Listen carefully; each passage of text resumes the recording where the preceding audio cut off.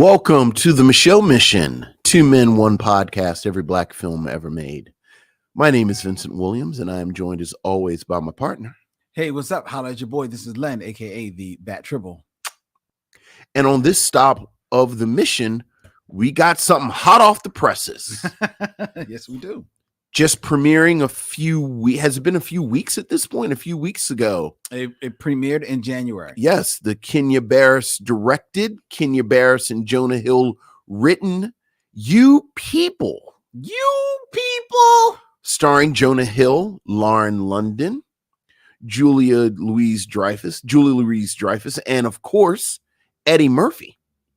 This was the choice of Lynn Webb. But before we talk about you people and them people, well, and speaking of you people, those people, I think it's a misnomer to say that it was my choice. See, already with the disclaimers, because I have heard from almost every strata of missionary there is that we should talk about you people. And you got to give the people what they want. So there you go. It's your choice, missionaries. That's right. And speaking of missionaries, shout out to each and every one of you who are out there joining us as we are streaming live via StreamYard to YouTube, as well as to Facebook and other destinations. Hello. Good evening, one and all. Oh man, I am enjoying these last few days of just doing this kind of like old school type of video thing, but I cannot wait until March 7th, ladies and gentlemen, when Vincent and I will be broadcasting from our new studio, Manny Young Studios here in Philadelphia. I took Vincent there last week for a tour of the studio, and safe to say you came away from that impressed, Vincent? It is. I cannot wait for folks to see the new look. Yeah. It's a very nice space. Very nice space. Looking forward to it. I am looking forward to it as well. Although, as you said, I do love our setup here. I know. You like the hominess. I know you're running around like Han Solo and Scotty, but from Star Trek. But yes, as the man who gets to come in and sit down, and pretty much watch me. There you go. There you go. You love this. I do. So the good thing about our new setup, I will be able to come in. Also, we can both sit and watch. Just sit and watch. There you go. And just be like, is my light on? Is my light on? Yes. Which camera am I which camera? talking to? Right. I think you follow the red light. Exactly. Follow the red light. So I can't wait for that. Yeah.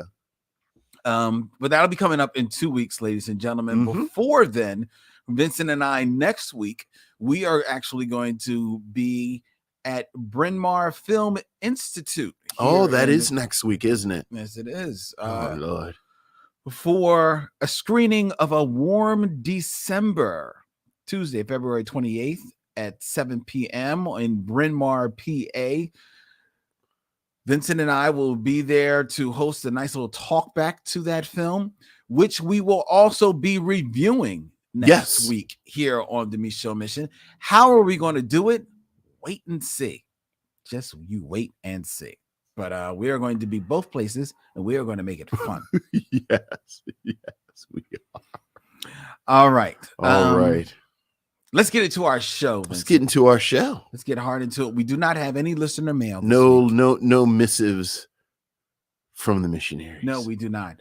But we did learn just as we were turning on the camera. Yes. That 2023 is an auspicious movie anniversary. Yes, that may or may not concern us. That's correct, because 2023 is the 30th anniversary of the thriller The Crying Game. The Crying Game. I know that there is to know about the Crying Game. Remember, that was the Boy George theme.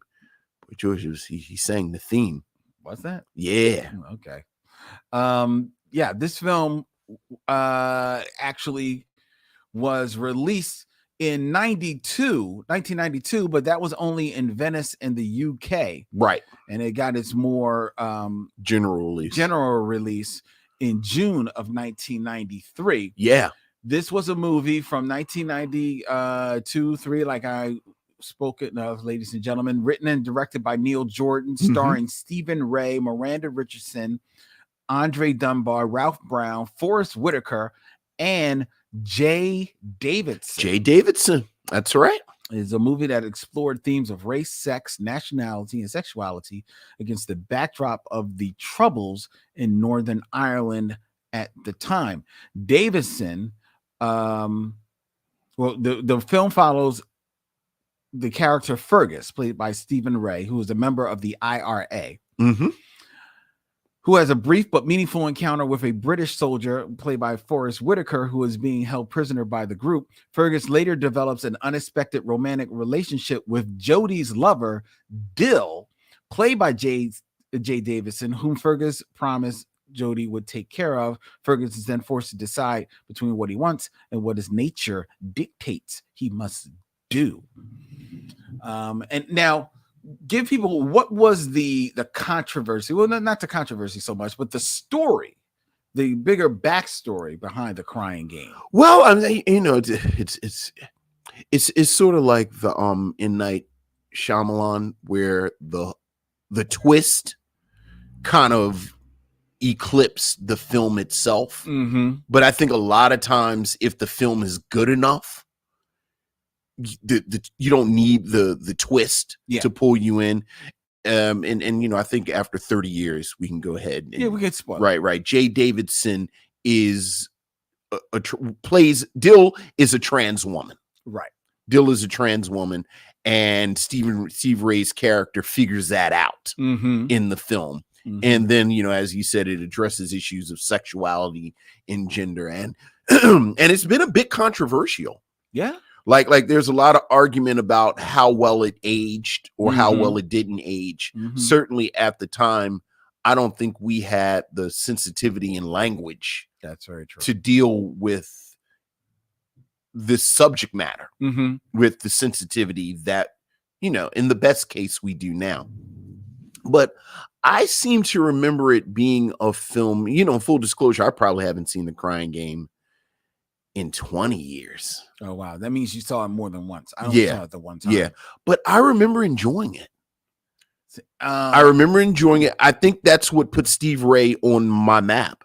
Okay. And Jay Davidson didn't work much after The Crying Game. And I do believe he used male pronouns. Like he portrayed a trans woman, but I believe he used male pronouns. He was in Stargate. Yes. Stargate, which is not a great movie, but he was pretty good in it. Yeah. So, and I mean, he was good in this. He received an Academy Award nomination for Best Supporting Actor. Yeah. In the Crying Game. Now, you posited because you're the one that filled me in. Right. That this may fall under our purview as a black film because, as you said, it deals with race. Jay Davidson is very much, if not the protagonist, the character you're drawn to the most in the film. Forrest Whitaker is in it, but if you remember, Forrest Whitaker isn't in it a long time. Yeah. So it might be stretching the limits of our definition of a black film. Yeah. But that was my concern about it. But I mean, there probably maybe is an argument to be made that, see, I don't remember how much. Definitely there's talk of his sexuality. Sure. But I don't remember how much of the race part. The race part is sure. Played. And I think you would need that component to win the argument. Sure. To sway it in the other way. But I mean it's definitely an argument to be made. Yeah. It's a curio piece. And I don't know outside of its exercise, whether or not I'd be interested in returning to it. But, hey. Well, if you've never seen it, I would say it's worth a watch. I don't know. I guess so, because but I feel like I really like the performances. I like the performances too, but I guess to me, when you say does it age well, I'm really wondering how much it ages. Sure. I read a retrospective earlier today, and there's a moment where people in the trans community have have talked about how when Stephen Ray characters actually realizes that Dill is trans, he throws up. Yeah. I seem to remember some type of like reaction, definitely like a physical reaction that he goes through. But the argument is that the film saying this is something that would elicit that reaction, or is it his character, or is it the character? And certainly the way Dill is portrayed throughout the film, like, it was in line with his character. And I feel like Dill was the most fully realized character in the film, in the entire movie. Yeah. And this is a movie that put Stephen Ray on my radar. Right. Probably put him on. Right. On like I do remember, I was so torn afterwards, where I wanted these two crazy kids to make it work. Where I was like, okay, Stephen Ray, I understand your reservations. Okay. But I feel like y'all could make this work. Y'all can make it work. Yeah. So give love a chance. Give it a chance. Let love rule. Let love rule. Okay. This crazy world. That's right. Okay. So. Okay. Anyway, happy anniversary to all involved. Happy anniversary to the Crying Game. Happy anniversary to the Crying Game. All right. What else did Neil Jordan direct? Because I feel like I've seen a couple of his films. Oh, he's done. He did the Crying Game. Let's see, what else did Neil Jordan direct? Which is another reason I think I like the Crying Game, because I started to keep an eye on him, I thought. But now, of course, I can't remember one thing he directed. He created The Borgias on Showtime, a show that I kind of had time for. Okay. He directed We're No Angels from 1989. Oh, is that the where they're pretending to be priests? Robert De Niro and Sean Penn. I We're No Angels. I watch that movie maybe once every few years. I really like that. That is a funny. That is funny movie. Funny movie. Okay. Yeah, that's a good movie. That's a good time. So he did that. He also did Michael Collins. Michael Collins is good stuff. That was good stuff. Yeah. Let's see. What has he done recently? He hasn't done it. His most recent movie was from 2022. He returned to work with Liam Neeson in Marlowe. Doing an adaptation of a Philip Marlowe story. Actually, I might be interested in checking that out. Everything you just said about that sounds interesting. Yeah, Liam Neeson. You got Liam Neeson's in it. Jessica Lange. Yeah. Okay. That actually might be pretty cool. Right. It's like, oh, write this down. I was about to say, jot that down. Marlowe. Right. Okay. All right. I'm with you. All right. Well, shout out to Neil Jordan. Speaking of 1989, ladies and gentlemen, you can go on your podcast catcher of choice. Yes. And you can subscribe to the Michelle Mission Presents The Class of 1989, our brand new podcast documentary series. That's right. Where we're documentarians. 6 months. We are. Yes, we're documentarians. That's right. Yes. Give me a tweed jacket. I'm not getting you a tweed jacket with the arm patch. I was about to say the arm patch and the turtleneck and start smoking a pipe. I'm about to say you're gonna get a pipe. That's right. Oh my goodness. And corduroy pants. Oh yeah. All right. Welcome to the class of 1989. You know, you sound like that on the show. This was a banner year. I know, right? You do sound like 1989. 1989. It's a banner year. But I'm sorry. Please continue. Where was it? Yes, The Class of 1989, a 6-part documentary series that Vincent and I, along with fellow missionary Maurice Poplar, hey Mo Pop, produced all of last year, and it's finally seeing the light of day. You can subscribe to it on the podcast catcher of your choice, whether it be Apple, Spotify, or wherever. And the show will premiere on March 6th. So that's when the first episode will drop. But subscribe and you can listen to the trailer.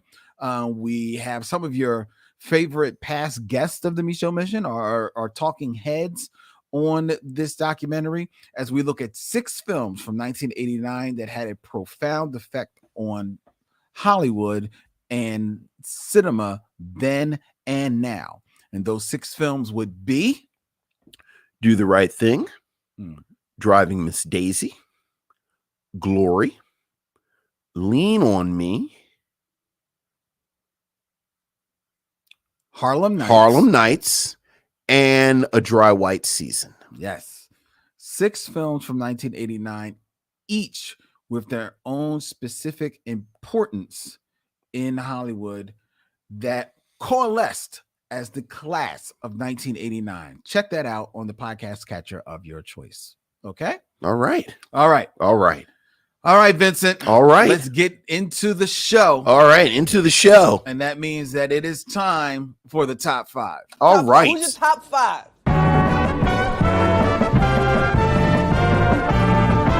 My top 5 is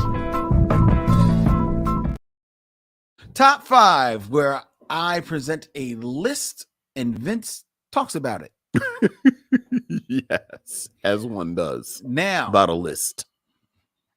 previously on the Michelle Mission, we featured Ranker.com's For God's sake. listing I'd actually forgotten about that. of their top 5 TV black couples Right.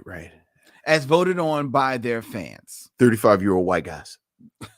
A theme throughout this episode. I don't think it was 35-year-old Pretty white sure it's guys. 35-year-old white guys. I don't think 35-year-old white guys were on Ranker.com and saw fit to rank Whitley and Dwayne from A Different World as the number 1 black TV couple. But they did, whoever goes to Ranker.com, list them as the number 1 TV couple. We featured their top 5 or 6 last week in a list that, shall we say, Vincent had problems. I had the problem. You were good with it? Were you good with it? You want to put that in like a time capsule and say that that's the top 5? Whatever happened with time capsules? Shouldn't it be like, it seemed like we were bearing time capsules all the time when we were kids. Isn't it time to be digging some of them up? I don't know. Well, Didn't it seem like we were always burying time capsules when we were kids? okay, so the most recent time capsule would have been buried in probably usually like 18. I think they bury them like every 100 years. I think they talked about them. I think they only bury them. They only bury them every. Like, I felt like we were always burying time capsules. I don't think we were, Vincent. I think they were just a trope. It's like time capsules, the Bermuda Triangle, and quicksand. I thought would be much bigger issues in my adulthood, and yet Bigfoot topped them all. I mean, even that. Well, I thought the Bigfoot thing would have been resolved by now. Well, it has been. Has it? Yes, it All right. has. Did you not see In Search Of? Yes. But yes, I had the problem with the list. You were good with the list. Well, I had some Okay, then. some issues. Okay, we with had a problem with the list. Ranker.com's Yes, exactly. listing of black TV couples. So I promise and I deliver Yes.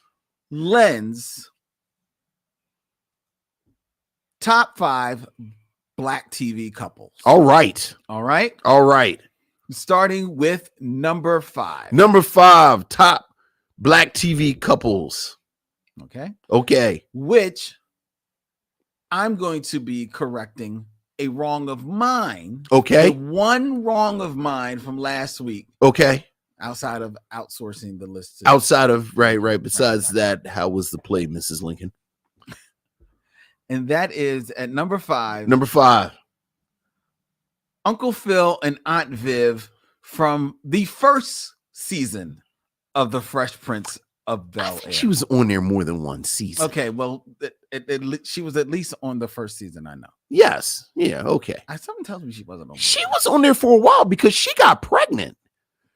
The character Aunt Viv got pregnant on the show, and then they replaced her with new Aunt Viv Before she had the baby? Yeah. That's a shame. So, you know, So if wait she a was around long enough to be pregnant with Nikki, she was around 2 or 3 seasons, I think. I don't she was around 2 or 3 seasons. If only there was some type of miraculous device that we could use to see Dig up the time capsule and see if there's one in there. how long original Aunt Viv was on the Fresh Prince of Bel-Air. I'm correcting a wrong from last week, ladies and gentlemen, where I included in the listing, because I believe they were number 4 last week, according to ranker.com. But I included in a picture of Daphne Reed. Right. And God bless Daphne Reed. Yeah. I mean, we like Daphne Reed, but come on. Yeah. Anybody think about her on the Fresh Prince? They're not. We all love Daphne Reed, but ain't nobody think about Daphne Reed on the Fresh Prince. Okay. All right, go ahead. I thought you were looking it up. I wanted to settle. I am looking it up before we move on. And tell me the actress's name again. Oh, Janet Hubert. Janet Hubert. That's right. Janet Hubert.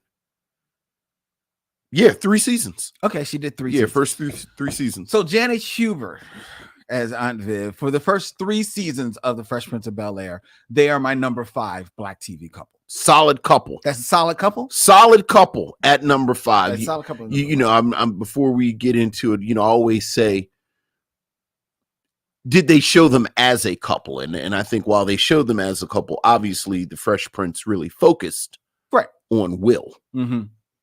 But their chemistry. Yeah. Oh, yeah. Right there. It's a shame she didn't stay with the show. But hey, I think she does make an appearance on the reboot. Well, see, the funny thing is, second Aunt Viv does. So, yeah, Daphne Reed does. Yeah. Okay.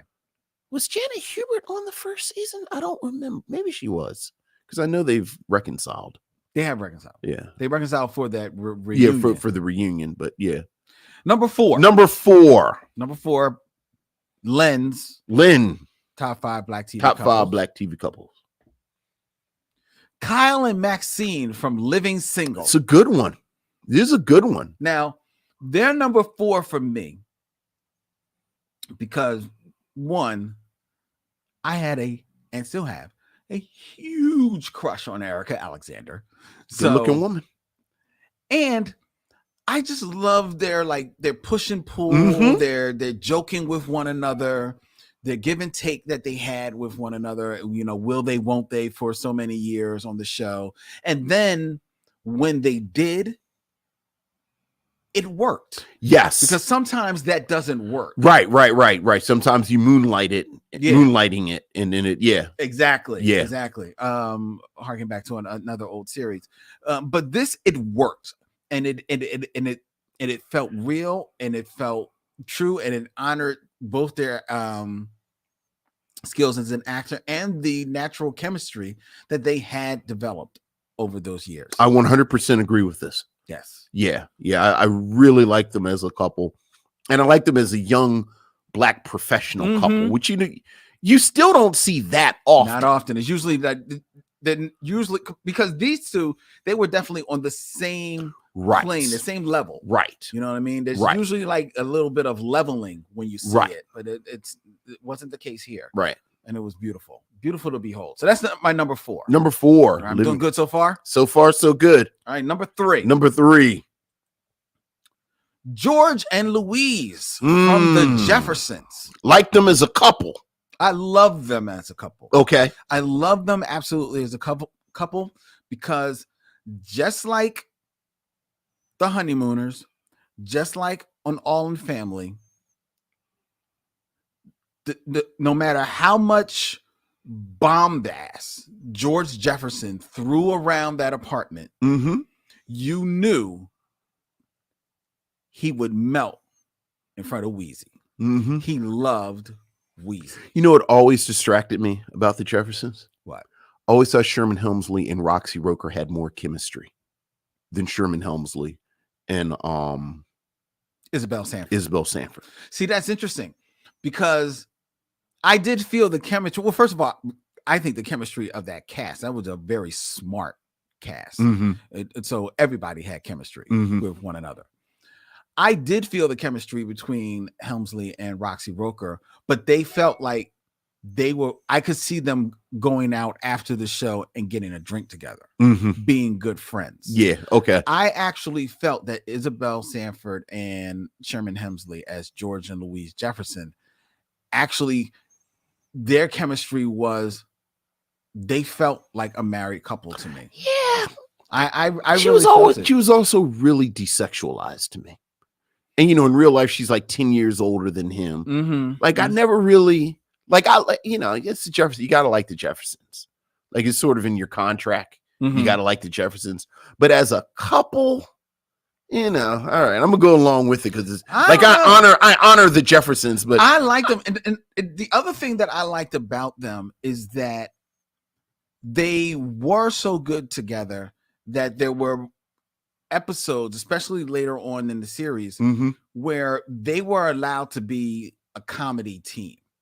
Right now, that's true, and I appreciated that. Yeah, I like that part. Yeah. So, she gave us good. She got laughs as well. Okay. So I liked it because it would have been very easy for her to be just solely the straight man, exactly, in that apartment to George and to Tom.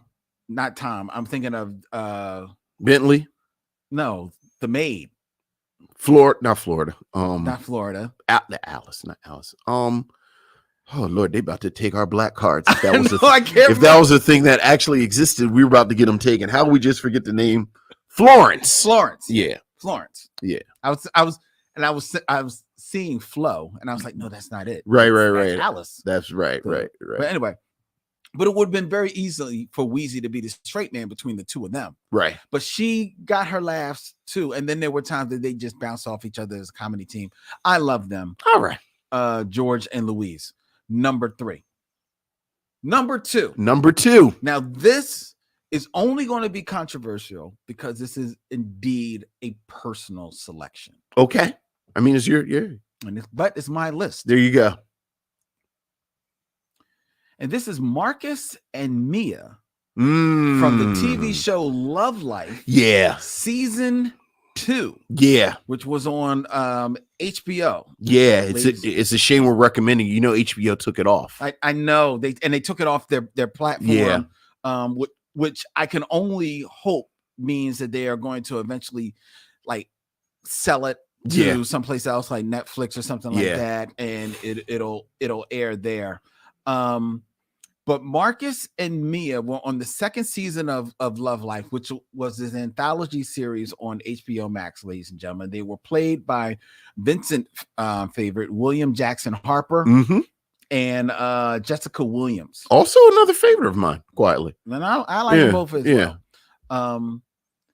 And in this series, it's an anthology, but what it did is it followed 1 year in the love life of its protagonist. The first season focused on the actress Anna Kendrick. She plays a young lady who gets married and goes through the whole rigmarole, and it ends with her marriage in that first season.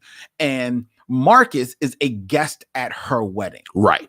And then the second season picks up right there, I think, at the reception for the wedding. That's right. And it picks up Marcus, and it then follows him through that second year. And that is where, I believe it is on the outside of the reception, is where he meets the Jessica Williams character. Right. And their romance develops throughout that whole year. Probably worth noting, Marcus is married at the time. He's married at the time. Well, that's the thing you have to... So that's part of the plot, frankly. Most definitely. Yeah. And the thing you have to recognize is that this is a show that primarily follows one person's love life. So Marcus is really our lead in here. But Jessica Williams, Mia, becomes an integral part of this season. Yeah. And their romance is, for me, the stuff that dreams are made of. I mean, it's real. I was about to say it's very nuanced. It's very real. It's raw. It's raw. Yeah. It's just, it's beautiful. It really is. It's beautiful in its depiction. It is beautiful in its landing. With this being the only 2 seasons of this show, it landed perfectly. Yeah. Upon watching this, I recommended this to anyone and everyone that I know. Yeah. Because I just thought it was a pitch perfect, beautiful series. I loved it, and it's left an indelible mark with me. It's good stuff. All right, so that's my number 2. Number 2. Unless you think I'm suffering from recency bias by choosing Marcus and Mia. Right. I bet I know what your number 1 is. Let's see. My number 2. Okay. I don't think you're going to guess who my number 1 is, but I'm going to give you 2 stabs at it. It's Rock. God damn it. Yeah, it's Rock. I knew it was Rock. God damn you, Vince. It's Rock and Eleanor. Yeah, I knew that. I knew that. Rock. Yeah, I knew it was Rock and Eleanor because they weren't on here yet. How did you know? Because after Cliff and Claire Huxtable, which is my ultimate number 1, Rock and Eleanor are the greatest black couple that's ever been on television. My God, yes, they are. They were so 100% authentic in love. Charles Dutton and Ella Joyce, their chemistry, they looked great. Look, man. Oh my God. And dude, from the moment the first time, I think it's the first episode, Ella Joyce kisses Rock kisses on that big bald head. That big old rock head. I was like, this is the couple right here. That was it. Yeah. Man. And that show, you want to talk about a smart show with nuance, funny. Yeah. Way before its time. Way before its time. If Rock was a show in the days of streaming, it would be on its 10th season. Yeah. Such a great show. It was prestige television years before. Yes. We were talking about prestige sitcom television. Yes. Oh my God. Yeah. It's such a fantastic show. Yeah, like it was, besides, Hill Street Blues, St. Elsewhere, Homicide, Life on the Street. Mm-hmm. And as you said, this was a comedy. Yes. Which I have to say, all of the attempts at kind of prestige comedies, a lot of them weren't actually funny. Rock used to be funny. It used to be funny. It was. Like it really was. It was a master class. And then in how to kind of go between these tones. And then talk about master class. Remember, I don't know if maybe the last couple of seasons. That's right. Did it live. They did it live. Oh, they did it live. God. That's right. They sure did. Oh my God. Such a good show. Such a good show. I've told you my rock story. No. Told you my rock story. So I went to see Fences. I think you have told when James Earl Jones was playing Troy. Mm-hmm. Actually went for a class. When we went, the show that we went to, James Earl Jones was sick. Right. And his understudy played Troy. And that was? And his understudy was Charles Dutton. Mm-hmm. But the entire cast of Rock was also in the show. In fact, I think not Rockman Dunbar. What's Rock's brothers? The actor that plays Rock's brothers. That's not Rockman Dunbar. Rocky Dunbar. It may be. Hold on. I'm gonna tell you in give me 2 seconds, and I will tell you who he plays Troy's brother. He played Troy's brother in Fences. That was Rocky Carroll. Rocky Carroll. He actually played Troy's brother. So they played brothers. Oh, wow. In Fences. So then when I saw him on television, I was like, oh, wow.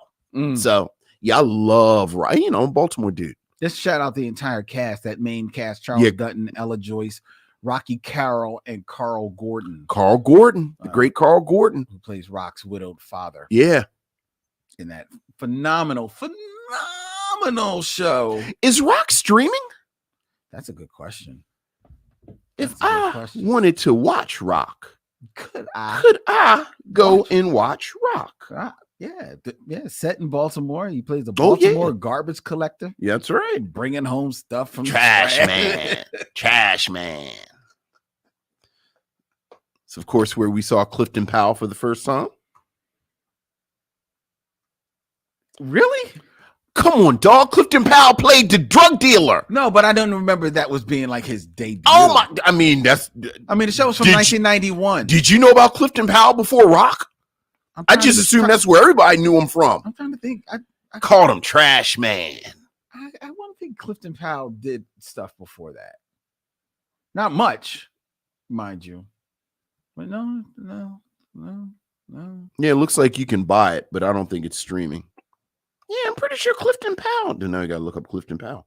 Clifton Powell. Well, he has a small role in House Party in 1990. Clifton Powell. House Party too, because he's Pinky. House Party. No, you're right. You said House Party. I'm thinking about Friday. Yeah. Who is he in House Party?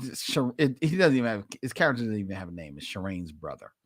Oh, he sure is. He sure is, because he's at the house when they're making the Kool-Aid. Right. Yes. I forgot about that. Right. And then, of course, he's in Menace to Society. Mm-hmm. He's hungrier than Emma. Make some grits up in there. Yeah, I guess that is the movie that the show that put him on. Yeah. He was a neighborhood drug dealer. Yeah. All right. So there you go. There you go. Solid list. So I did good with you my did list. good. Did good. Thank you. Farrell Blackwell says, as far as the number 2, which is Marcus and Mia, nice pick, but I would have liked more episodes that showed them building a life together versus 1 or 2, I think. And that's fair. That's a fair point, but the focus of the show was, to be fair, Marcus. Right. Because he goes through I'm not going to spoil it, yeah. but he goes through some stuff. Yeah. He goes through some stuff. But Farrell Blackwell says he didn't see Rock coming, but I got to admit, if Cliff and Claire are going to get bumped, that's the couple to bump them for. Yeah. Because a lot of them, and to his point about seeing the couple make a life together, it kind of speaks to what you said about living single and Maxine and Kyle. You don't see a lot of couples as couples. Like, you see the courtship, but oftentimes, because of things like moonlighting or Cheers, even when these couples get together, the writers don't really know how to have them as a couple. So one of the great things about Rock is they were a couple, and they were loving, and they went through things, and they were a real couple. Yeah. So yeah, there you go. All right. That was my top 5. Now let's get into the Game of Kings. The Game of Kings. That's the key. Why, you would be surprised what a person can do with just a sense of touch and a sense of sound.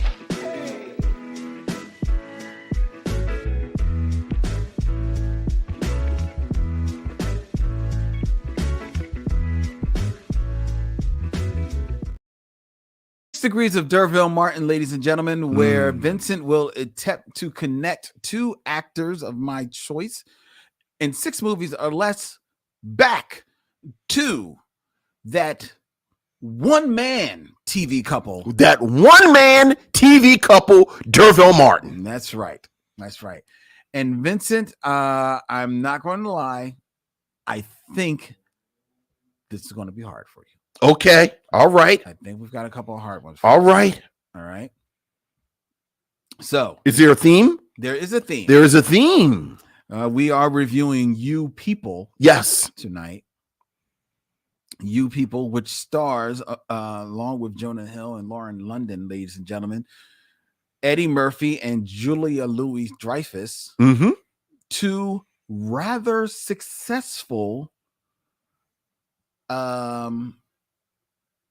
comedian actors who came out of the world of Saturday Night Live. True.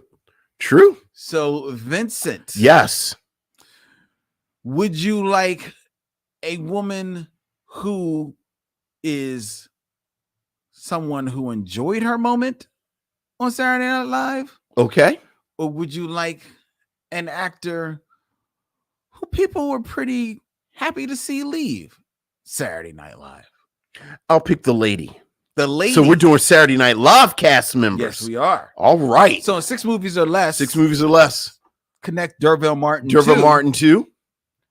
Molly Shannon. Molly Shannon. Mm-hmm. Okay. See. Yeah, I told you. This is where you keep messing up, though.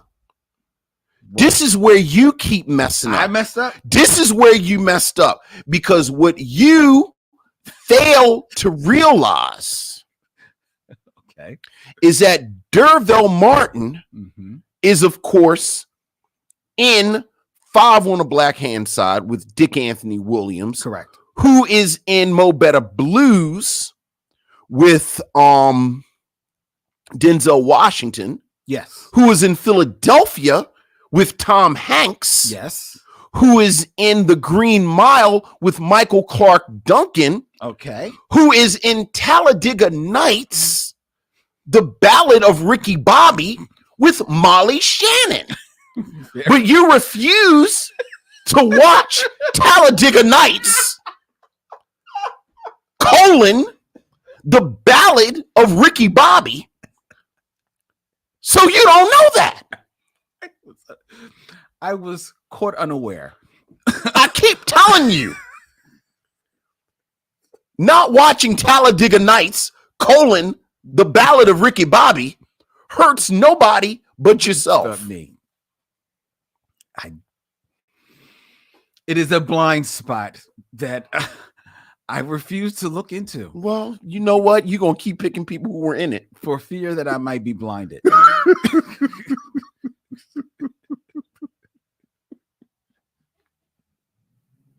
Very good. Oh, that was anticlimactic. Trying to think what else was Molly Shannon in. Because she didn't get a spinoff movie, did she? Out of Saturday Night Live? Yeah. I believe actually she did. It did not do well. Was that the Catholic girl one? Yes. Superstar. 1999. I actually remember Superstar. Who else was in Superstar? She is in that movie with, wow, that actually looks like it might be Will Ferrell. I'm about to say, is Will Ferrell in Superstar? I think Will Ferrell is in Superstar with her. Yes. Yeah. So, all right. Well, very good. All right. And who was the gentleman who enjoyed a moment on Saturday Night Live and then they tried to get they want him to go? They were happy to see him leave. But is this from the infamous year? No. Okay. No. All right. No. Who's this? This would be Chevy Chase. Oh, Chevy Chase, because he's an asshole. Right. So how do I want to get to Chevy Chase? How do I want to get to a Chevy Chase movie?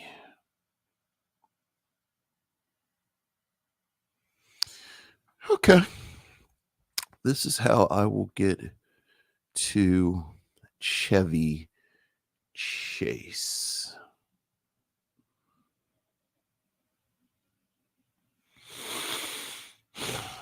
Derville Martin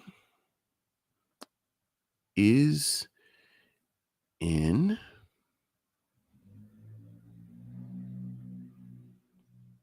okay. Here you go.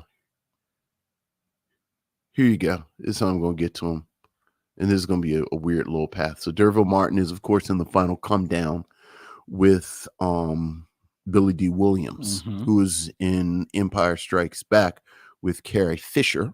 Okay. Who was in the Blues Brothers. I know where you're going. With John Belushi, who was in Caddyshack. No, he's not. No, he's not. He's not in Caddyshack. But she is in the Blues Brothers with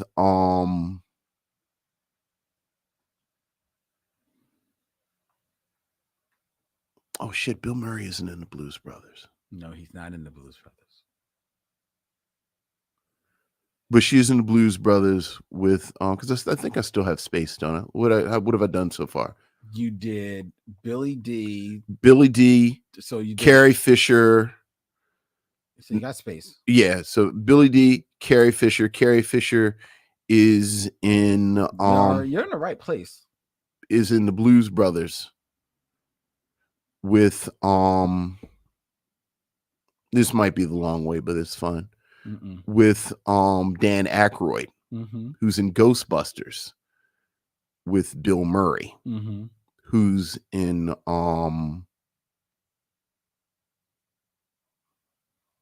Caddyshack with Chevy Chase. Very good. Yeah. You went one movie over extra. You didn't have to go to. What's Chevy Chase in? Because once you got to Blues Brothers with Dan Aykroyd, then you can go Dan Aykroyd to Spies Like Us, where he stars opposite Chevy Chase. You know what? I hate Spies Like Us. With good reason. It's a horrible movie. I hate Spies Like Us so much that until this exact second, I had erased it from my mind. I wish I could. Yeah, I hate Spies Like Us. It's a bad movie. Chevy Chase is actually a good choice because besides Fletch, I don't really like Chevy Chase movies. That star him. Yeah, right. The Chevy Chase Caddyshack. Right. Caddyshack. Right. Yeah. Well, that's not really a Chevy Chase. That's what I'm saying. movie. So, like the ones where he's right. I'm saying the Chevy Chase vehicles. Right. Like the National Lampoon Vacation movies have never done anything for me at all. Okay. The Christmas Vacation one I did. Yeah. I remember finding funny. I just. And I laugh at him in spite of myself in Three Amigos. I always forget he's the third amigo. Yeah, I think they wish he wasn't. I always forget he's actually.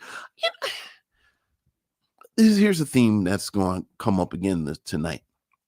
I actually don't get the Chevy Chase thing. Me neither. Like, I just don't get. Like, I feel like people have been telling me Chevy Chase is a thing my whole life, but I've never really understood it. And quite as kept, I didn't understand it on Saturday Night Live. I didn't understand it on Saturday Night Live. Like, I always got him mixed up with Bill Murray because in my head, Bill Murray was the one who should have immediately have been the breakout.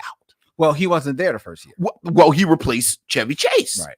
When I found out he replaced Chevy Chase, it just confused me. And then when I look at old episodes with Chevy Chase, like, he's tall and he's an asshole. Yeah. Like, that's his whole stick. That's his whole shtick. And it gets over on Weekend Update. So he gets that over. Look, But I'm Chevy Chase and you're not. I've never understood why that was funny. I just being a dick. So I've never. And then when he was on Community, I thought maybe he was kind of making fun of himself.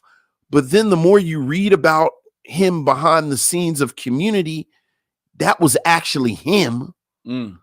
So Chevy Chase is a good choice because I'm never looking at any. I did like him in Fletch though. So there you go. Yeah, I like Fletch. See, and I every once in a while can sit through Christmas Vacation. So and Three Amigos. Three Amigos is real good. But again, I always think Three Amigos. Well, I actually always think it's Steve Martin and Martin Short. Like, I always forget he's the third amigo. He's the third one. Yeah. And he's not Larry. He's just he's third guy. He's just a third amigo. He's Joe Besser. Yeah. Terrible. Saturday Night Live is a good pool to draw from. I thought you were going to go that year with Robert Downey Jr. Oh yeah, Robert Downey Jr., Gordon Godfrey, Gilbert Godfrey. Yeah. And Charles Rocket. Yeah, that year. That was a tough year. That was a very tough year. That was a tough. It almost killed the show. Almost killed the show. Almost killed the show.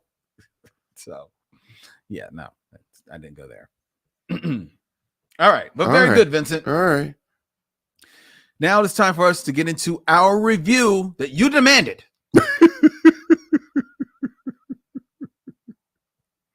Netflix, You People. You people. But first, it's time for trailer talk, and Trailer we actually talk. have time for a little bit of trailer Little talk. trailer talk. Little trailer talk. Little Vincent. trailer talk. Two things just to bring up in trailer talk. One, the first thing is that Vincent and I, for all of you superhero nuts out there, we went to a screening of Ant-Man. We did. Theaters. I need Yeah. open to $120 million That is bananas. for an Ant-Man movie. How? Okay, I'm not going to go because this is my rant. How can DC not manage to put together a Superman movie? But Marvel has had 3 Ant-Man movies. I know. But it's interesting because we both, when we saw the movie, liked it a lot. Yeah. We really enjoyed it. Yeah, but yeah. But the word on the street, and from what I understand, a lot audiences have enjoyed the movie. That's since making $120 million. Yeah, oh yeah. But the critics do not enjoy like the movie. I completely understand. And let me just say this with my caveat. Like, I enjoyed it. Mm-hmm. But like Paul Ruddingham didn't have to be in it. Okay. Like, I really could have watched 2 hours of Jonathan Majors strutting around as Kang. He was phenomenal. He's a menacing dude. So I completely understand. Like, I get the Marvel movie fatigue. Like, I understand. And it really is. I thought the set design was really interesting. Dude, I thought the costumes, doing a Star Wars movie. It's Marvel doing a Star Wars movie, but it did not have to be an Ant-Man movie. Like, you could have stuck any intellectual property man in there and it would have been the same movie. Yeah, but I like the idea that it was Ant-Man. So it's this guy you wouldn't expect to have to deal with this. And Right. they find a way to make it make sense. Right. So I really enjoyed it. You really enjoyed it. So Okay. I mean, I really enjoyed it too, but I understand how, if you're not vested in this stuff, mhm. it's like, okay, God, whatever. I feel like people feel the same way about Ant-Man that I feel about Avatar. Like, it's just this sort of green screen, Yeah, kind of, I'm not going to say put together by committee, but like, there's no real, you don't see any soul there. or any real particular style. Like, Okay. Captain America, the Winter Soldier, Black Panther. I mean, hell, for all of its faults, the Eternals, Mm-hmm. like, these are films that are actually themselves. Yeah, and you can feel the director's Right. Like, this isn't vibe something a and the- chatbot couldn't have just put out. Yeah. I hear And I do have to say, I really do think Jonathan Majors elevated it so much. Jonathan Majors, I see in the chat, Aaron Fry is asking on any thoughts on Jonathan Majors' performance in Ant-Man. Jonathan Majors is a problem, ladies and gentlemen. Oh yeah. That man, now we already knew he was a problem Mhm. just from the Last Man or Last Days in San Francisco. Oh yeah, Last Black Man in San Francisco. We are on record as being early adopters. Yes. Yeah. But this man is an absolute problem because he is a beast in this movie. Yeah. He is menacing. He is still captivating It's and regal charming. and charming. Well, and did you watch Low-Key? Yes. The great thing about this is that we are going to just get this embarrassment of riches Mm-hmm. as he plays different versions Of this character. of this same character. I know. I know because he was in the first season of Loki. It looks like he's going to be in the second season of Loki. Yeah. He plays Kang in Ant-Man and Wasp: Quantumania. It looks like Kang is actually going to be beating up Creed. I mean, he is all over the place. He's all over the place. Yes, he is. Kang, this is the summer of Kang. The summer of Kang. So yes, we did both enjoy it very much. All right. And as comic people, like I have to say, like one of my boys asked me, you know, how comic accurate was the Kang stuff, and I said, without spoilers, at the end, like the end scene that they show, you know, the after credit scene. Not only did I know the exact comic that it came from, I saw it on YouTube. I know the exact panel from the comic. They showed it on YouTube.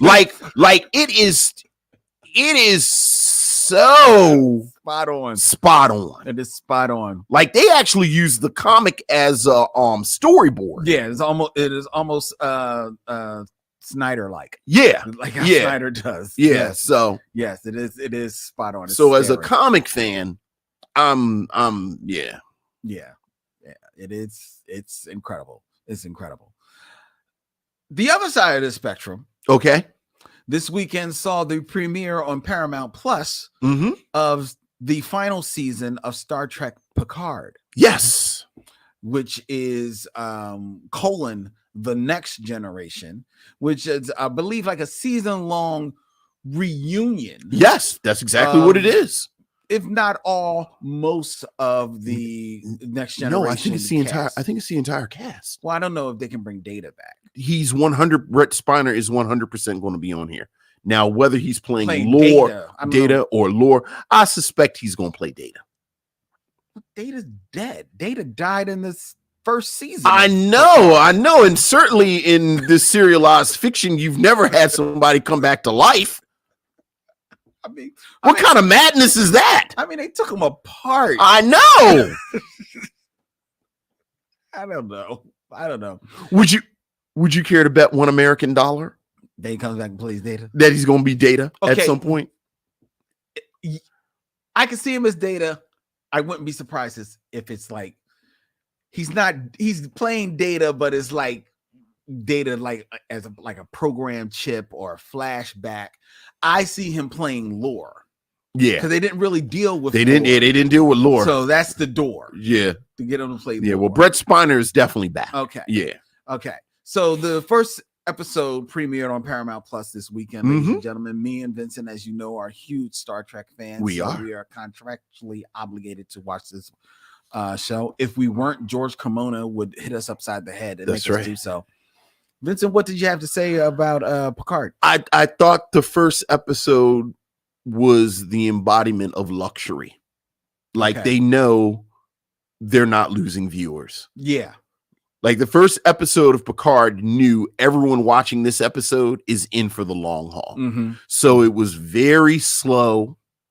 You know, it very much. Think it was slow because these are older people. These are not young people. Which they always talk about. The fact that, you know, everybody is old. Yeah. You know, Riker is old. Right. He talks about between your knees, my knees, and your hands. Right. He says, as long as we had to run and shoot nobody, we should be okay.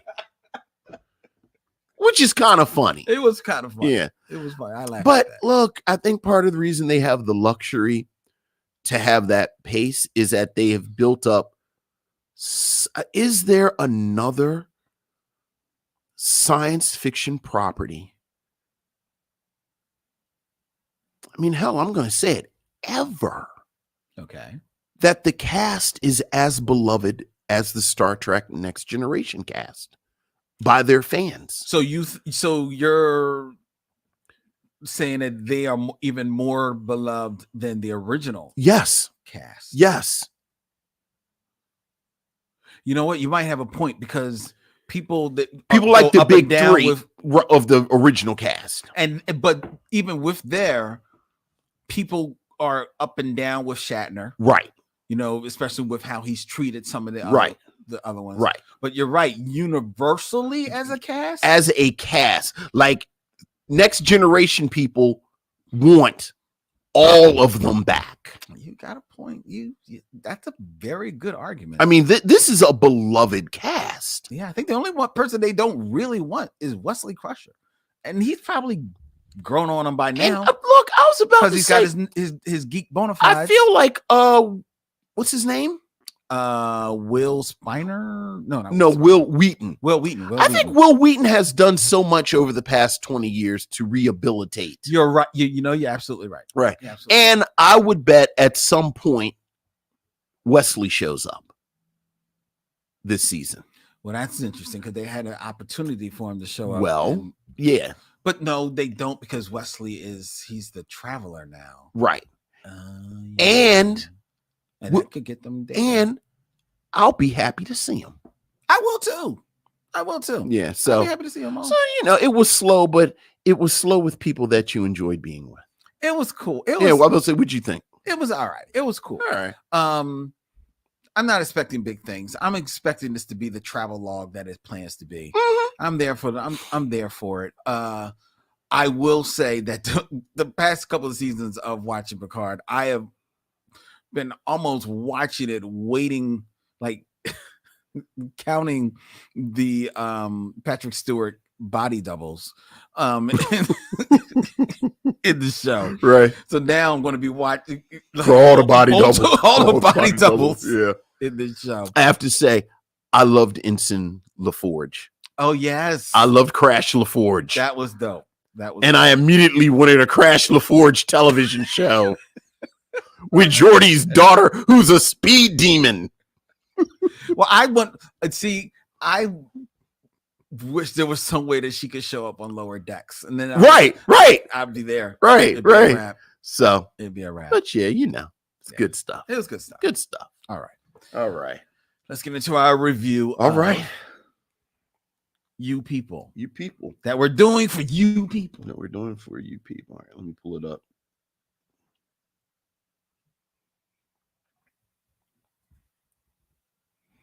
You tell me when you're ready. I am ready. All right. Then if you are ready, and if Miss Bakiba says that it is okay, we're going to go forward with our review. I know that she is watching. She is in the chat. So I'll wait for her to chime in and give us the okay. All right. Do, do, do, do, do, do, do, do.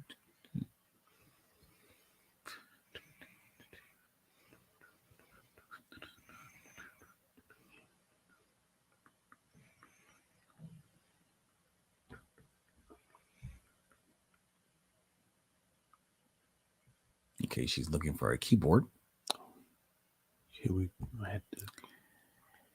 And she says, let's go. All right.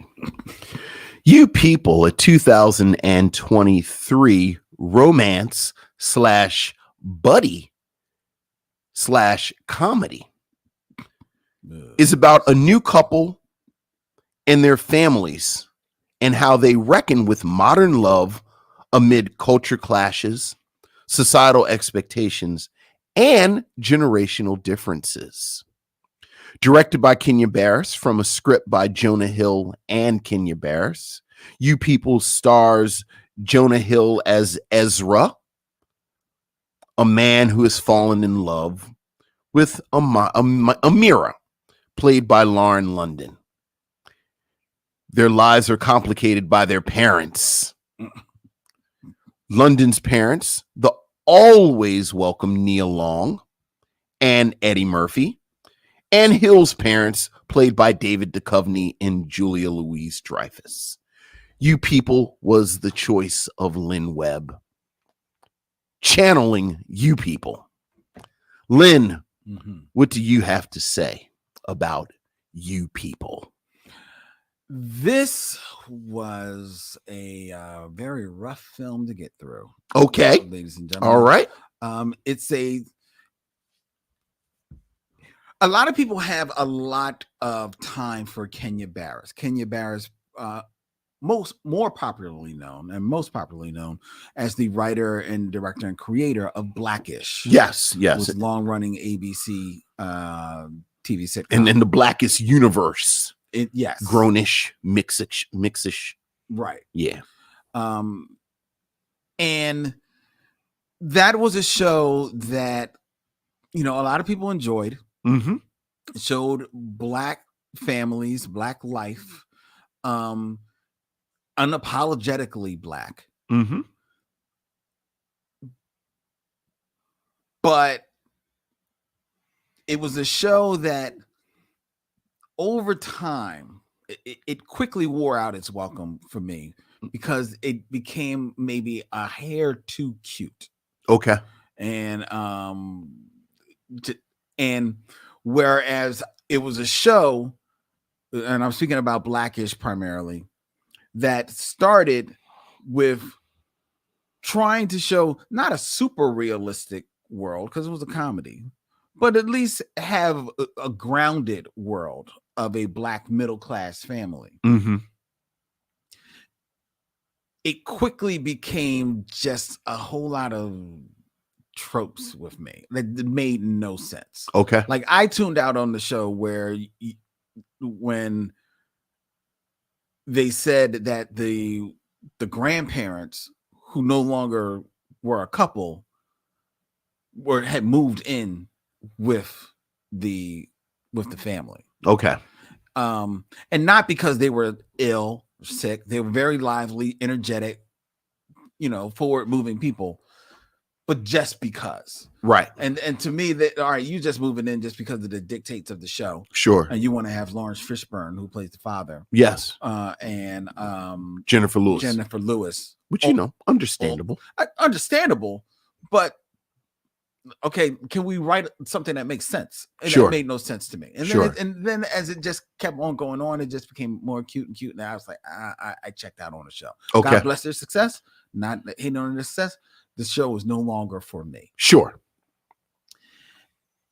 And I never really got into mixish or grownish. God bless them for whatever they were. People said they enjoyed them. God bless. All right.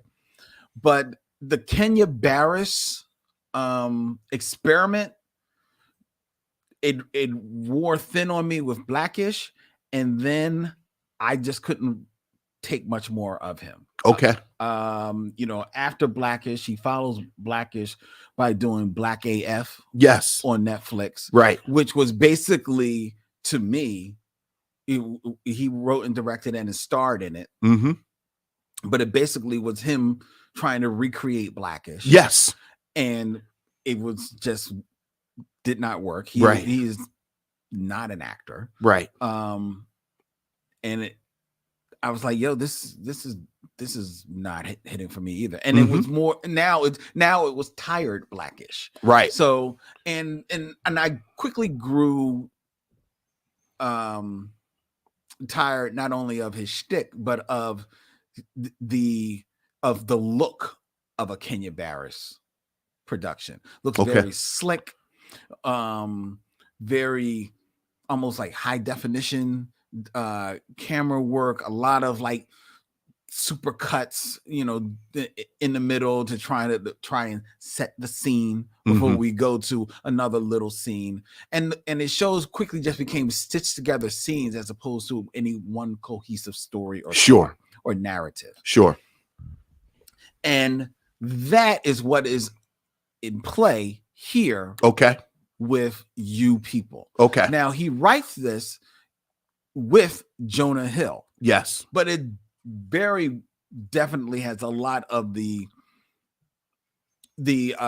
Kenya Barris patois. It feels like a Kenya Barris. It feels like him. It really rapid does. Fire, jokes, the way the jokes set up, the way the scenes play out. It feels very much like a first draft Kenya Barris script. Yeah. And this is his feature film directorial debut. But he still more or less is doing TV. Right. It's the same slick look. It's the same stitched together scene to scene after scene, which with not one real true engaging narrative to hold it together. At the end, the story posits Jonah Hill, a Jewish stockbroker / podcaster. Right, podcaster. Who falls for this young woman, Mira, Mm-hmm. who is a costume designer. Apparently, Apparently, I think you get a scene with her. Mhm. Yeah. Who falls for her, and then finds his way that he wants to marry her, and thus the different families have to meet. He's Jewish, she's Muslim. Families got to meet. They've got all these cultural differences. Hilarity ensues. That's the premise. That's of the this premise movie. and the plan. And that's basically the plan of this, and that basically is the plot of Yeah. this movie. Yeah. There's not any real other overarching theme that they're trying to investigate here. If you want to say that there's religious differences between the Jewish and the Muslim faiths, okay, but are they doing any real true interrogation of them? No, it's all lip service for the most part. Are they doing an investigation of the interracial thing between a white man and a black woman? Not really. No. There's some lip service played to all this stuff, but there's no real true interrogation of it. Sure. Okay, then is there is this at its heart a romantic movie? No, not really. No. And because the first thing you need in a romantic movie is you need your two leads that are going to be romantically inclined. Yes.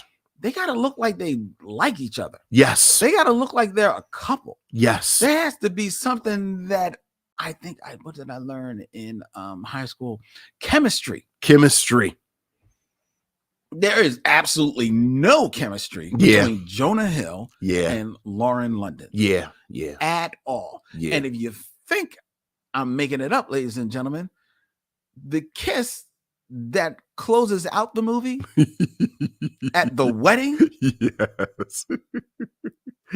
is special effects. Yeah, that's a true thing, folks. It never happened. Yeah, it was CGI. It was CGI. They CGI'd the wedding kiss. Yeah, that's 100% true. Because there's no chemistry at all between these two people. Yeah. None. It makes absolutely no sense. Then, okay, well, what is the story? You just mentioned it. Lauren London is a costume designer. We only get one scene of her being a costume designer, and that's her going for a job and not getting it. Yeah. Jonah Hill, we're introduced to his family. We're at the synagogue. We're at his job. We're at his podcast studio. He's got a what seems like a halfway decent job where he's stacked a lot of chips. He must have stacked a lot of chips because he's leaving that job to do podcasting. Yes, and it's a podcast about culture, the culture. And he's the lead of this podcast about the culture. The culture, yeah. That he does with his partner Mo, played by Sammy J. Yeah. Sam J. Yeah. That stretches credibility a great deal as a podcaster. Oh, it's a lot of credibility to stretch with this film.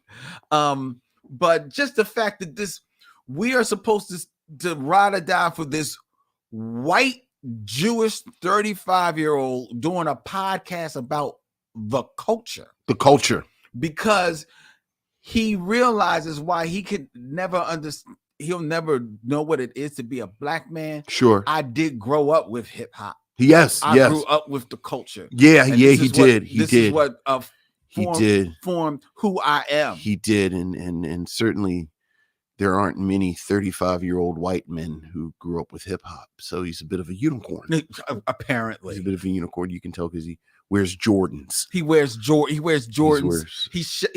He shops at ridiculously overpriced places. Sneaker stores. Yeah, I don't know why. Because he was a stockbroker. Yeah, I don't know how many 35-year-old white men you've ever seen with Jordans, but I don't know. Maybe you've never been outside.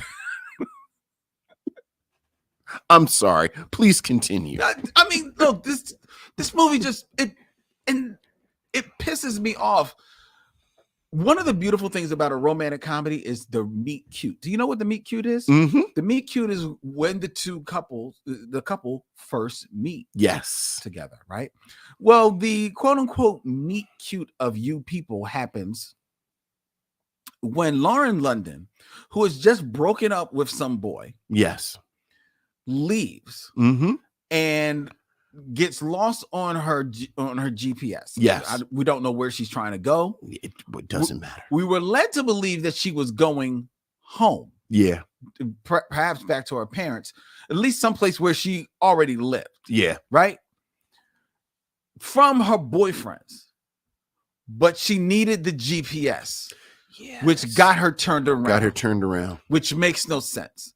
So then it turns her around, and next thing you know, she's in the parking lot out front of the brokerage firm where Jonah Hill works, who just happens to be leaving at this moment. Yeah. We are led to believe that he's expecting an Uber ride out front, not because we saw him picking up an Uber, but because he gets into the backseat of her car, expecting that it's an Uber. It's his Uber. All the, oh my God, this is my car. I'm not their Uber driver. She looks like the Uber driver, all this type of stuff.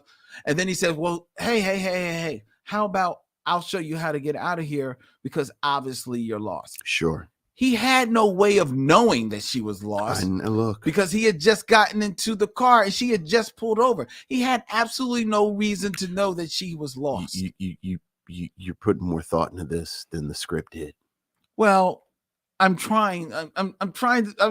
I wanted so much to like this because I don't mind Jonah Hill as an actor. Yes, I like Jonah Hill in a lot of things that I've seen him. I need to know what these lot of things are. Well, I think he's great in the Wolf of Wall Street. I keep hearing about him in the Wolf of Wall Street. You haven't seen it?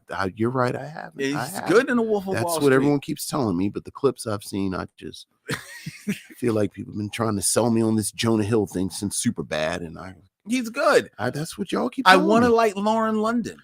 And I don't know whether or not this is just her not being given anything to do, because she's not giving much to do. But what she's giving her to do, she's not doing much with. And then, I love Nia Long. Nia Long is given absolutely nothing to do in this movie. Yeah, I got a theory about that. Nia Long maybe has 5 lines. Yeah, I got a theory, and I have my theory about this is that is just basically stunt casting. They just wanted to put a name. They found a name. Eddie Murphy approved it. She gets to write off on her bucket list that she plays Eddie Murphy, the wife of Eddie Murphy in a movie. Mm-hmm. And that's it. David Duchovny is in another movie. Yeah. And I think he actually gets off some funny lines. But they make no. They're from another movie. This movie is not that tone at all.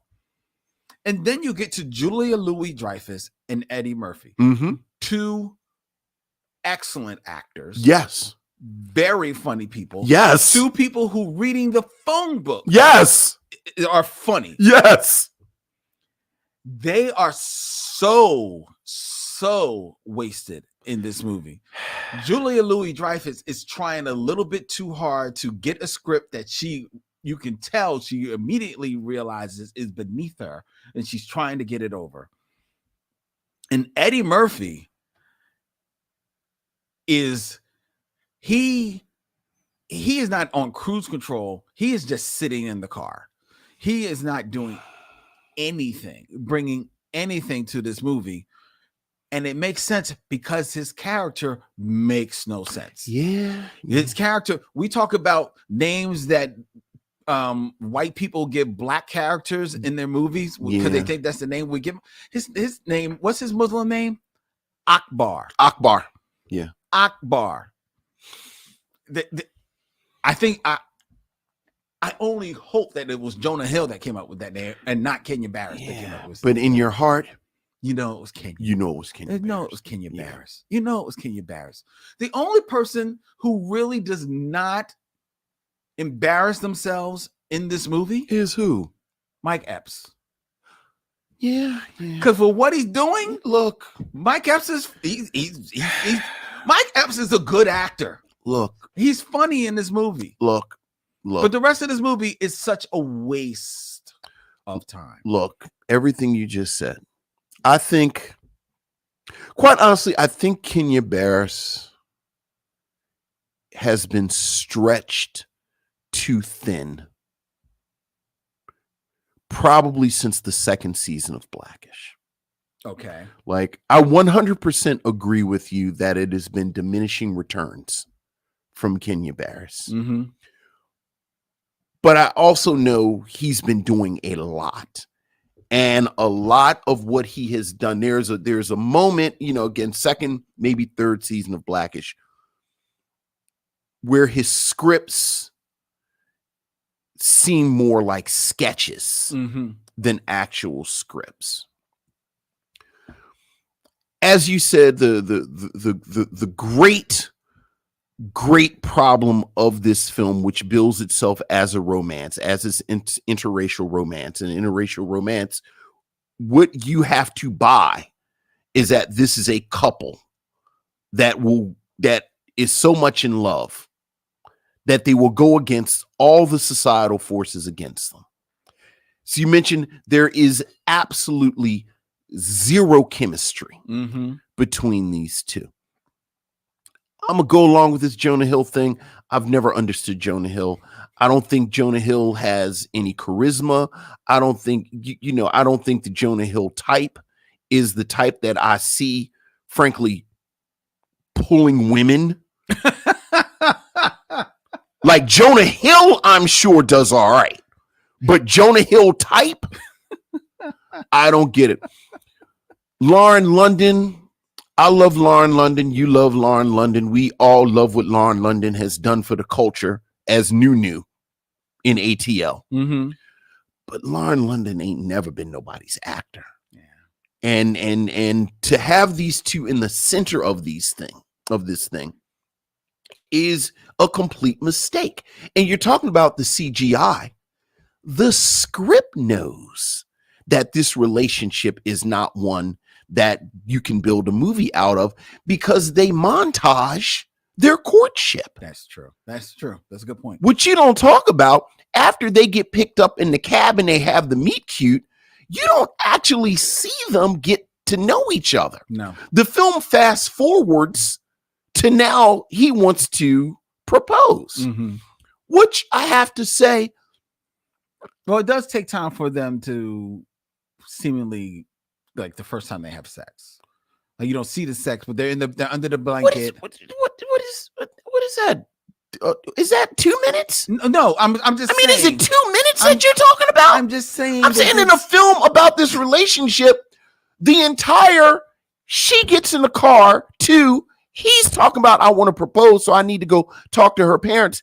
Is it 5 total minutes? It's not super long. You're right. You're absolutely right. You're right. And in the film's defense, I don't actually have a problem with that strategy because no one is coming to this film to see Jonah Hill, to see Lauren London, to see David Duchovny. I love her. You love her. Ain't nobody coming to this movie to see Julia Louis-Dreyfuss. People are coming to this movie to see Eddie Murphy. He is the selling point of this movie.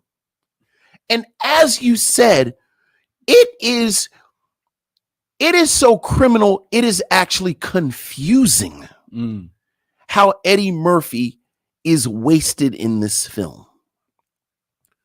Much like you, I admired the effort that Julia Louis-Dreyfuss put in. And I felt like there's a version of this movie that digs a little deeper, that has somebody playing Lauren London's part who is, frankly, a better actor. Where it like there's something there about this super liberal white woman who has all of these blind spots and is actually racist, and it's almost a version of the white couple in Get Out, but without the body snatching. And you can tell Julia Louis-Dreyfuss is up for that. Yeah. but you don't get it. Yeah. And then you get these long stretches of the film without Eddie Murphy or Julia Louis-Dreyfuss. I have to say, I think the product you get, you're right that it does seem like he's on cruise control. But you're talking about Eddie Murphy. But my read of that is more of the fault of the direction. That's fair enough. Because I think Eddie Murphy is going for deadpan Eddie Murphy, which is a very generous kind of performance where he's leaving space for the other actors, which, as we've talked about, we talked about it on an episode of the class of 1989. There's a pattern of Eddie Murphy where he gets into a mode where he leaves space for other actors. As you said, Eddie Murphy and Mike Epps, that is a glorious scene. My one actual laugh out loud moment in this film, Dion Cole plays a wedding planner. Oh, yes, that's right. And you can tell that Dion Cole is just riffing and going for it. And Eddie Murphy is hyping him up and going. And there's a line where Dion Cole says, and this is the only thing I've repeated from this film since I've seen it. Dion Cole says he's got 40 Tron suits. He got 40 suits that look like what the people wore in Tron. And if you got more than 40, they can't be in the wedding party. And then off camera, he said, because he says, I have all these Tron suits and I got them in different colors and y'all can wear them. And off camera, Eddie Murphy yells out, I want a red one. I laughed so hard at Eddie Murphy yelling out, I want a red one. But then the scene is over. I know. So spoken of again. So plot wise, the couple, of course, breaks up. There's always going to be a breakup. The film fast forwards 3 months. Yeah, because the breakup, which you're waiting for the entire movie, doesn't happen until the last third of the movie. Which is important because it fast forwards 3 months. And then, of course, they reconcile. But they reconcile because Lauren London's father, Eddie Murphy, and Jonah Hill's mother, Julia Louis-Dreyfuss, apparently have formed this sort of begrudging friendship in that time and have decided to bring this couple back together. And I almost yelled at my TV, how in the hell do you tell me that Julia Louis-Dreyfuss and Eddie Murphy spent a considerable amount of time together and you don't show it? I know. How do you have Eddie Murphy and Julia Louis-Dreyfuss and you don't, as you said, show them at IHOP? They meet at IHOP. Just set up the camera. Yep. Miss Dreyfuss, Mr. Murphy, we don't have no script. Y'all know your characters. This is where it starts, and this is where it ends. We just gonna run the camera. Go. It is cinematic malpractice. Nia Long. The problem with Nia Long in this film is that Nia Long is supposed to be playing Lauren London's mother. Again, love, look, she was new in ATL, but Lauren London is Lauren London and Nia Long is Nia Long. And we joke and ha and chuckle, but there's a reason Nia Long is Nia Long. There's a moment in the film where Lauren London is with her girlfriends and her cousins, and they're like the young, they're young, they're Gen Zs and millennials. Yeah, the bachelorette party. And Nia Long walks up on them and gravity shifts towards Nia Long. That's true. That's very true.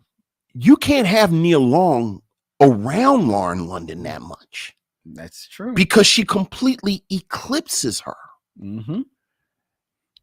But these are the kind of decisions that, again, I feel like there wasn't as much attention paid to just the moment to moment construction of the film. I know. You talked about the podcast thing that doesn't make any sense.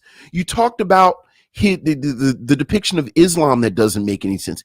Do you know the two words that kept popping in my head when they were about these plot points that Jonah Hill is a 35-year-old white man who likes hip hop culture, as if every 35-year-old white man in America don't like hip hop culture. I kept thinking this seems like something Tyler Perry would have written. Oh, wow. Like, I was like, has Kenya Barris been rich so long that he is actually just out of touch with reality? That's interesting. Like, he just doesn't understand how stuff works anymore. Well, he doesn't understand human behavior. Right. At least this movie doesn't give a hint to that. Because there's something that happens, like, they go through the whole movie and the blind spots of the mother, Shelley, played by Julie Louis-Dreyfuss, and the aggressive, I don't know what you want to call, assholeness of Akbar, played by Eddie Murphy. They're right there, right? The couple, they're dealing with this throughout the entire movie, okay, from all of them. And then it is at the rehearsal dinner for their wedding that both of them at that point realized, look, this can't go on. I am not going to take any more of this. You talk about behavioral malpractice. We're not even going to talk about what guy goes on a bachelor party with his boys and the father-in-law tags along, making no sense because it's going to Vegas, and the boys don't realize that they got to be on, like, curb their behavior a little bit in front of father-in-law. Right. I don't even want to talk guys on that. So they decide at the rehearsal dinner that they independently decide they're going to stand their ground, and Amira, Lauren London's character, has it out with Julie Louis-Dreyfuss, and Jonah Hill tells off Eddie Murphy, Akbar. This happens at the rehearsal dinner for their wedding. This is where they both decide to stand their ground. Yes. Right? Which thematically and narratively makes a little sense, because look, we're about to go get married. So you need to deal, right, or not. Yeah. Or face the consequences. So that makes sense for them to do that. But then after their scene, they both go to one another now, go off to the side, and they both decide now's the time for us to end the relationship. Yeah. That makes absolutely no sense. Right. It's just the movie needed them to do this now. Needed to break them up. Mm-hmm. This needed to break them up. Yeah. And that was another moment. I mean, by then I'm already checked out. I was about to say at that point. Yeah. But that made so zero sense, man. Yeah. And then you have to wrap it up with like the 3 months later, and they actually, Akbar and Shelley actually come to their senses because they are listening to his podcast, which we show is now like gotten bigger and looks like it's going to be like on a TV set or something like that. Right. I'm like, get the, yeah, dude, this movie just it's just really not well done. Yeah, and it's so frustrating. You talked about, I just talked about Eddie Murphy with Julia Louis-Dreyfuss. You mentioned Eddie Murphy with Mike Epps. I just said about Eddie Murphy with Dion Cole. David Duchovny, I think, is actually a funny guy. We talk about Nia Long didn't have anything to do. David Duchovny doesn't have anything to do. There are actors and players here that you can do something with. Mm-hmm. Like, I don't understand why these are the pieces that Kenya Barris has, and this is what he decided to do with them. Like you get the sense he's attained this level of success and prestige Mm-hmm. so that he can get Eddie Murphy to sign on to something. He wrote the script to Coming to America. So they have this relationship already. I forgot about that. Julia Louis-Dreyfuss, as you said, a comic legend. Mm-hmm. You get her to sign on to something. Why am I spending all this time with Jonah Hill and Lauren London? Well, Farrell Blackwell asked a very interesting question, and I see the people going on about it in the chat. Did we discuss the elephant in the room that fresh coming off of Coming to America, which was a flop, he says. I don't know whether or not it was necessarily a flop, but we can discuss whether or not it was a good movie. Right.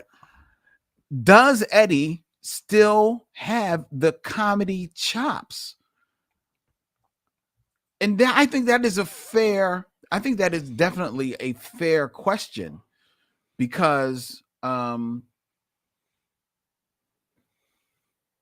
of the things that I realized in Coming to America, and even Dolomite is My Name is Dolomite.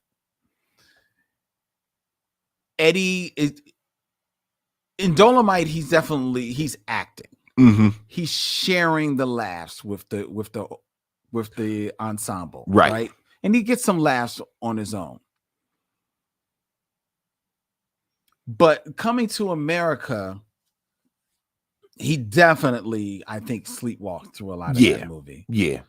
And if we're arguing that he's sleepwalking a little bit through this movie, because it was interesting in the beginning of this movie, there's a scene where, first of all, you're supposed to feel menace when he walks into this cafe to meet his kids, and then when he sits down in his kids, he starts doing this riff on what all the people in the cafe, mm-hmm.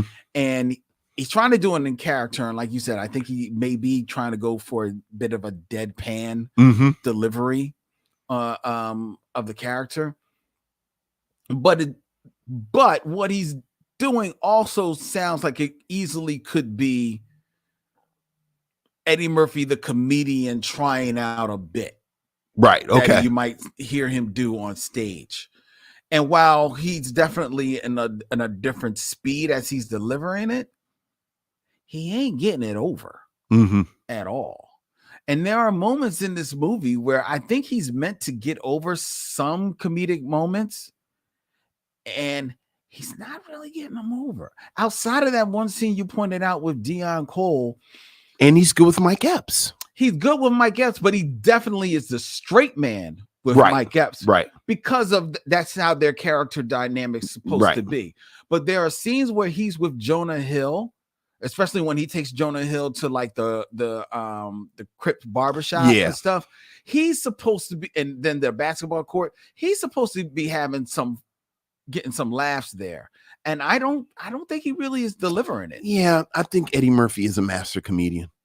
I don't know, man. I think he is, but that doesn't mean that he hasn't lost his fastball. I disagree with you. I think he sleptwalked through Coming to America, but I felt like he was going for something in here, in the script, in the film. Okay. Like, I think a different director, you would have gotten something different in this. Okay. And the reason director pushes him, and frankly, the reason I'm adamant about that is because of his performance in Coming to America. Okay. Where I said, now this is him sleepwalking. Okay. And I actually think he's funny in Dolomite. No, I do think he's funny in Dolomite. I think after that he kind of like starts. Yeah. I mean, Dolomite was what, 2 years ago, 3 years ago? Okay. Well, 3 years is 3 years, man. I mean, all right, Janet Jackson, I know, what have you done for me lately? But it's not like he made something funny in 94 and we ain't seen him. Okay, but Dolomite was supposed to be like just like Dreamgirls was supposed to be like, okay, the second coming of Eddie Murphy, and it doesn't really take. Yeah, I don't know that. I got the feeling Coming to America, he almost strikes me as like your uncle who does a trick that everybody loves, and then you keep asking him to do the trick, and the 37th time he does the trick. Like, he does the trick, but he's like, he's just sort of walking through it. And that's coming to America. And that's coming to America. Okay, but my argument, and I think a lot of people's argument would be that coming off of Dolomite, he should have made a different he decision. should have made a different decision. Well, I mean, that's different than he's not good at what he does.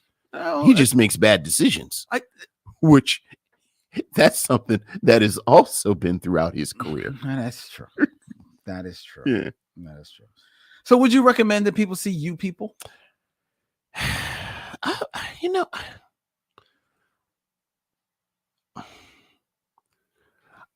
I want to, because regardless of what we said, I actually pulled for Kenya Barris. Like, I actually want Kenya Barris to win. Of course. He doesn't make it easy for me to want him to He win. does not. I'm gonna have to Even say though the argument can be that he won. Yeah.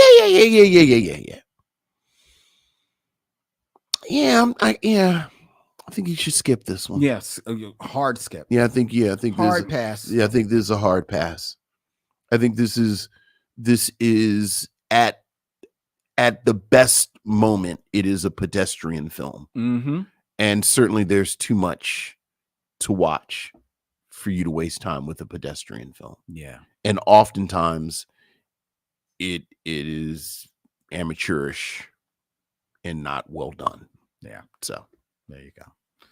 Yeah, I agree, ladies and gentlemen. Don't watch You People. You People, don't watch You People. mm-hmm. All right. There you go.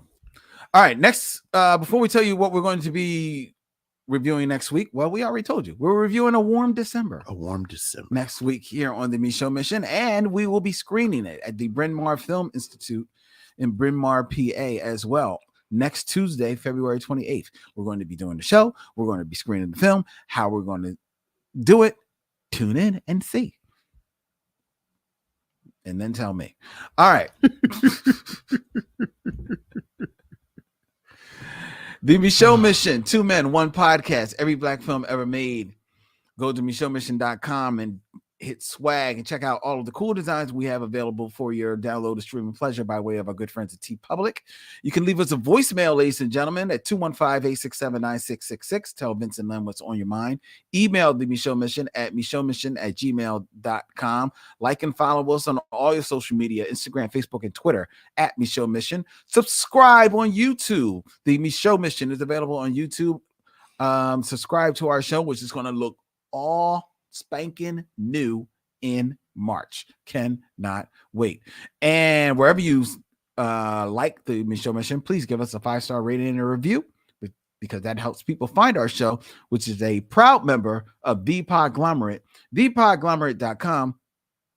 They make podcasts work, and they are also the co-producers of the Class of 1989. Yes. Our new documentary series that you can subscribe to and follow on your podcast catcher of choice, so you do not miss one episode when they debut March 6th. Go check out the trailer and tell us what you think, because we think you're going to enjoy what we have to tell you. All right. Next week, A Warm December. After that, it's March. New home. Bigger, better things. Onward and upward. Onward and upward. Until then, he's Vince, I'm Len, and in parting we say, We'll see you when it's time to meet again.